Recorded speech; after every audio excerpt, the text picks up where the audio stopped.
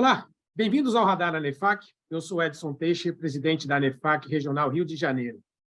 Os pilares da comunicação financeira de uma empresa com seus stakeholders ou partes interessadas são fundamentais para estabelecer um relacionamento assertivo e duradouro. Entre os principais pilares e boas práticas adotadas no processo comunicacional estão a transparência, credibilidade, personalização, linguagem clara, canais de comunicação adequados e envolvimento. No episódio de hoje, nós vamos falar com Cássio Rufino, CFO e CEO da MZ Group, sobre os pilares e as boas práticas que ajudam a estabelecer uma comunicação financeira sólida e efetiva com os stakeholders. Oi, Cássio, obrigado por aceitar o nosso convite e pela sua participação. Edson, eu que agradeço, muito obrigado. Eu fiquei super feliz com esse convite da ANEFAC para estar aqui hoje conversando contigo. Para mim é sempre uma honra poder falar aí desse tema relacionado com comunicação financeira. Excelente, Cássio. Obrigado pela sua participação. Eu volto a agradecer. Para nós é muito importante. A gente fica muito feliz de você ter aceitado estar aqui conosco, né? E para a gente começar, Cássio, vou começar talvez com uma pergunta mais abrangente, né? Quais são as principais práticas que uma organização pode adotar para garantir a transparência em sua comunicação financeira? E por que a transparência é considerada hoje um pilar fundamental na comunicação financeira com os stakeholders? Edson, eu acho que essa é uma ótima pergunta. E para respondê-la, eu vou dar um passinho para trás e fazer um outro questionamento também, que eu acho que é super pertinente aqui ao que a gente está falando, né? Que é, qual é o objetivo de uma empresa? Né? Talvez alguns fossem responder lucro, né? Mas lucro é uma medida de curto prazo ali que reflete o passado, o que a empresa entregou. E eu acho que o valor da empresa é uma medida de longo prazo, voltada para o futuro, né? Dessa forma, o que eu considero ali como uma comunicação clara de uma empresa é quando ela vai maximizar o valor dela para os seus stakeholders, né? Seja acionista, dono, enfim, vamos resumir, né, esse entendimento de stakeholder. Então, assim, a empresa tem como objetivo maximizar o lucro dela. E ela vai maximizar como? Passando uma comunicação clara do seu negócio, do seu business, que é perene e com boas perspectivas futuras, né? Então, a transparência na comunicação é essencial para a construção dessa relação de confiança entre companhia e stakeholder, para que a ponta, qualquer um dos stakeholders tome uma decisão assertiva e que reduza ali qualquer riscos, incertezas e qualquer ponto, né? E aí, para adotar a prática, que foi o início da sua pergunta, eu acho que a empresa demonstra responsabilidade, compromisso com integridade nas suas operações financeiras. Enfim, tudo isso fortalece seu desempenho, fala muito de questão sustentável, e aí a gente entra em vários outros temas, né? O que está em voga muito é o ESG, ASG, ambiental, social e governança. Mas acho que é um pouco do que as empresas têm colocado como prática, vamos dizer assim. Excelente, Cássio. Obrigado pelo comentário. Você citou uma palavra muito importante. Nós vamos dizer assim, valorizamos muito a palavra transparência, né? Transparência, acho que é chave. Transparência e como você comentou também, de certa forma, credibilidade, né? E pegando um gancho nisso aqui, deixa eu te fazer uma segunda pergunta aqui. Quais são, na sua visão, as medidas que uma empresa, uma organização pode tomar para cumprir e manter a sua credibilidade na comunicação financeira com o mercado, né? Porque a personalização de uma comunicação financeira, por exemplo, ela é relevante para um relacionamento assertivo com os stakeholders. O que você diria em relação a esse tema? Edson, as medidas que uma organização pode tomar para construir e manter a sua credibilidade na comunicação financeira está muito pautada na confiabilidade daquelas informações que ela está divulgando ali para os seus stakeholders, né? Incluindo os processos sólidos de coleta, registro de informação, divulgação de dados, enfim, ter todas as práticas contábeis consistentes, com conformidade com as normas e tudo mais. Mas mais do que isso, eu acho que a companhia deve buscar a transparência e a tempestividade na hora de divulgar as informações dela, né? Tornando tudo acessível para os seus stakeholders. Porque isso certamente vai contribuir para o ganho da confiança dela, né? Hoje, aqui na MZ, a gente tem muita demanda, por exemplo, para marketing financeiro digital. Por quê? Especialmente no mercado de capitais, onde nesses últimos 4 anos aumentou ali por volta de 700% o número de pessoas físicas na B3, que isso reflete para a companhia? Mudou quem era o famoso stakeholder, o famoso acionista dessa companhia. Essas pessoas estão na rede digital, a maior parte desses investidores estão ali em redes sociais, na faixa dos seus 25 e 39 anos. Então, a companhia, na hora de se comunicar, como que ela vai ser mais clara com o público que está na rede social, que consome um determinado padrão de conteúdo? Ele não vai pegar a mídia tradicional para ler lá o jornal inteiro na manhã, né? Então, acho que a companhia precisa se comunicar adequadamente e personalizar a sua comunicação. Poxa, excelente ponto, Cássio. E fazendo aqui um comentário breve, você citou que as empresas hoje têm utilizado muito esse marketing financeiro digital e tem ocorrido, na verdade, nos últimos anos, um crescimento muito grande, obviamente, na B3, né, de pessoas físicas, por exemplo, buscando informações financeiras, né, sobre as companhias de capital aberto, principalmente, né, e demais companhias de forma no geral. E aí tem uma questão muito importante que eu vejo, antigamente, nós tínhamos, quem acessava muito essas informações eram os investidores institucionais. Hoje, com muitas pessoas físicas, a preocupação que sempre temos será que eles entendem a mesma linguagem que os investidores institucionais, que estão acostumados a revisar e olhar esse tipo de relatório?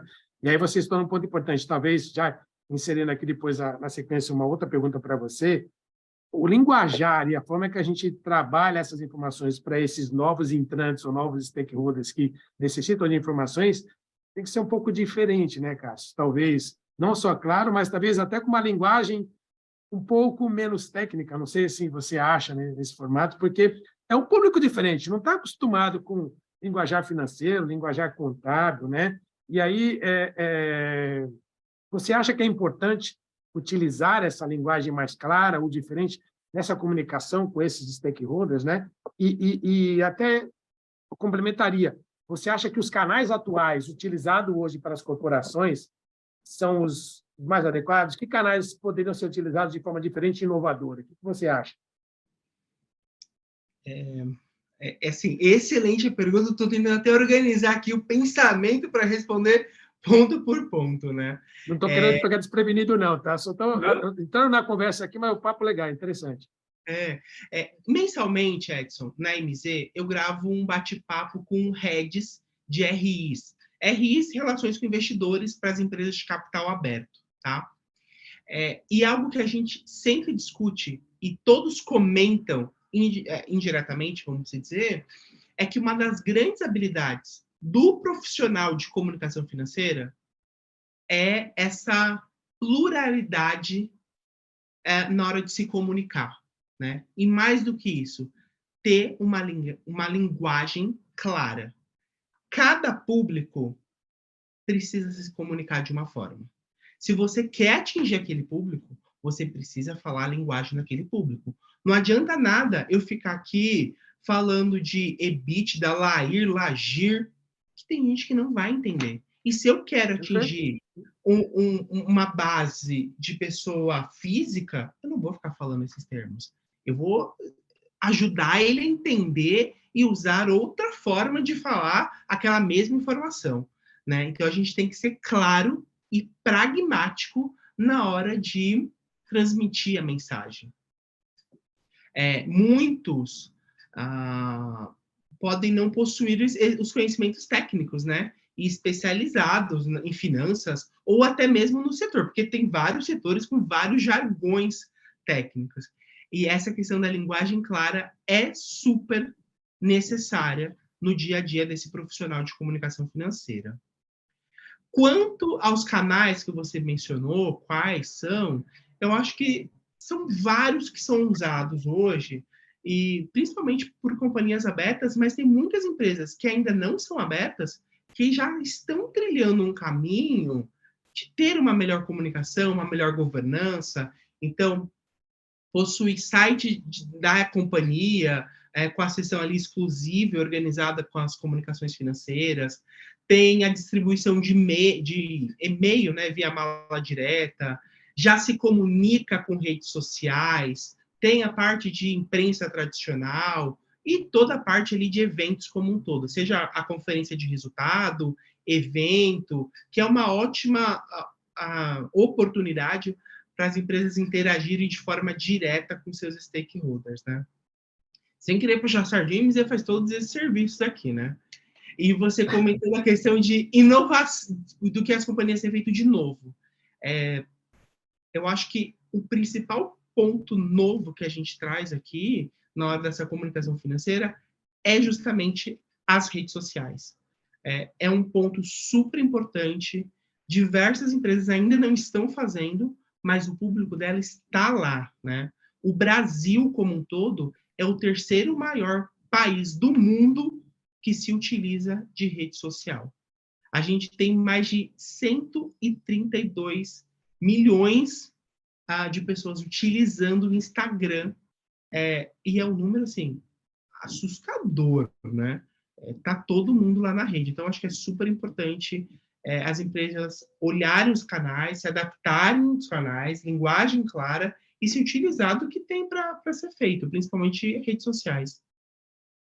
Perfeito. E eu tenho visto, Cássio, em algumas empresas tem realmente inovado, né? E provavelmente a MZ deve fazer algo parecido, ou deve trabalhar já nessa frente, né? Sem dúvida, deve ter alguns produtos desses que surgiram de vocês. Que é o quê?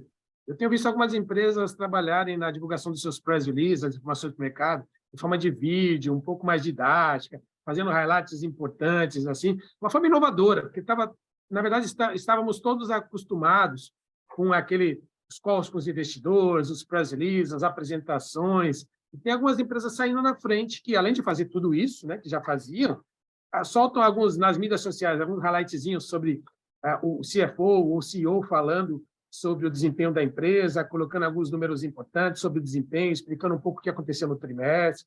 Eu acho isso extremamente importante e interessante, porque dá aquele highlight bem rápido sobre o desempenho, né? São as informações básicas e mais importantes da empresa e traz também uma questão eu acho muito legal, de conectividade, sabe? Chegando ali o CFO, o CEO falando num videozinho rápido e tal. Se você é um investidor, é bacana você ouvir isso, né? De uma forma interativa no meio das redes sociais, né? Acho interessante isso. Edson, eu acho que você colocou um ponto assim super relevante, né? O que o investidor vai querer acompanhar? Só um som através de uma estrela que não tem uma qualidade boa, ou ver o rosto daquela companhia, quem é o CEO, quem é o CFO, qual que é a imagem corporal que eles estão passando, estão felizes, estão alegres, estão, sabe? Eu acho que esse ponto é super relevante, né? E a MZ, obviamente, faz parte de toda essa transformação, né? Seja do call de resultado, que você bem colocou aqui, que mudou totalmente, então saiu de uma coisa analógica para algo totalmente digital, com vídeo, interatividade, e também esses grandes resumos rápidos, né? Na rede social, vídeo curto, um Reels rodando, um gráfico, aqui, ó, tá aqui os nossos principais destaques. Se a pessoa quiser mais informação, ela vai lá buscar, né? Ela vai lá atrás, vai no site, vai procurar mais informações. Mas, assim, na rede social tem que ser algo rápido. Não dá para colocar lá um release de 30 páginas e esperar que a pessoa vai ler. Ou até mesmo ITR inteiro dentro da rede social. Exato. Tem que ser realmente algo rápido que pegue aquela pessoa e aí ela vai atrás de mais informações se ela desejar. Não, excelente, excelente, Cássio. E pegando um gancho nisso, para a gente finalizar, eu sei que o bate-papo está bom, mas como é um programa tem que ser curto, né? Então, eu tenho que cortar um pouco aqui a conversa. Infelizmente, a gente pode ter outros papos em futuros programas como esse, né? Porque acho que o papo é legal. E a gente está falando aqui de situações de informações claras, objetivas, consistentes e tal para o mercado, mas em situações onde que nós tenhamos, talvez, comunicações inconsistentes e descontinuadas por mercado de forma geral, né? Como você vê os impactos disso, né, numa comunicação financeira de uma empresa? O que você colocaria para a gente aqui de preocupação, né? Quais os possíveis impactos de uma comunicação financeira inconsistente ou descontinuada, né? Qual seria a sua mensagem nesse sentido? À frente, obviamente, da MZ, que é especialista nesse tema de comunicação. Eu acho que o principal problema está naquela mesma abordagem que eu fiz, que eu comentei no início do nosso bate-papo. A falta de consistência na comunicação faz com que falte informação para o stakeholder. Se faltou alguma informação para o stakeholder, as premissas dele vai estar errado. O que vai afetar? O valor daquela companhia. Perfeito. Então, esse é o principal ponto. Então, eu vou dar um exemplo. Vamos supor que a MZ é uma empresa listada. Hoje não é listada ainda. Se eu não informo os meus stakeholders, meus analistas, que internamente eu estou gastando mais para fazer um investimento que lá na frente eu vou colher o dobro de receita, eles vão achar que o meu resultado está indo mal, mas não é verdade, porque eu estou investindo para colher lá na frente. Então, se eu não tiver uma boa comunicação, se eu não avisar, se eu não, deixar todo mundo no mesmo a par de tudo, vai afetar o valor da companhia na hora da percepção daquele determinado analista. E assim seja para a empresa fechada também. Sei lá, ela vai pegar um empréstimo no banco. Se ela não avisa que está fazendo investimento, o banco vai falar, não vou te dar. Mas não, ela só não avisou, ela só não explicou. Então, acho que a comunicação é super importante para tudo, né? E a falta dela prejudica no ponto principal do objetivo da companhia, que é gerar valor para os acionistas, maximizar o valor para os acionistas, né?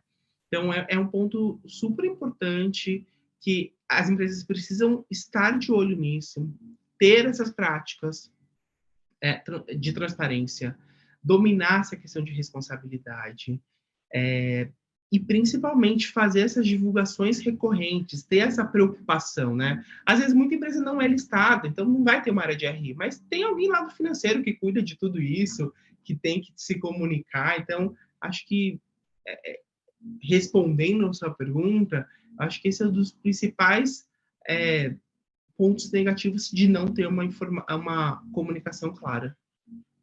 Bom, excelente, Cássio. Bom, a gente poderia levar esse papo aqui mais adiante, mas, infelizmente, eu vou ter que encerrar, né, o nosso radar de hoje.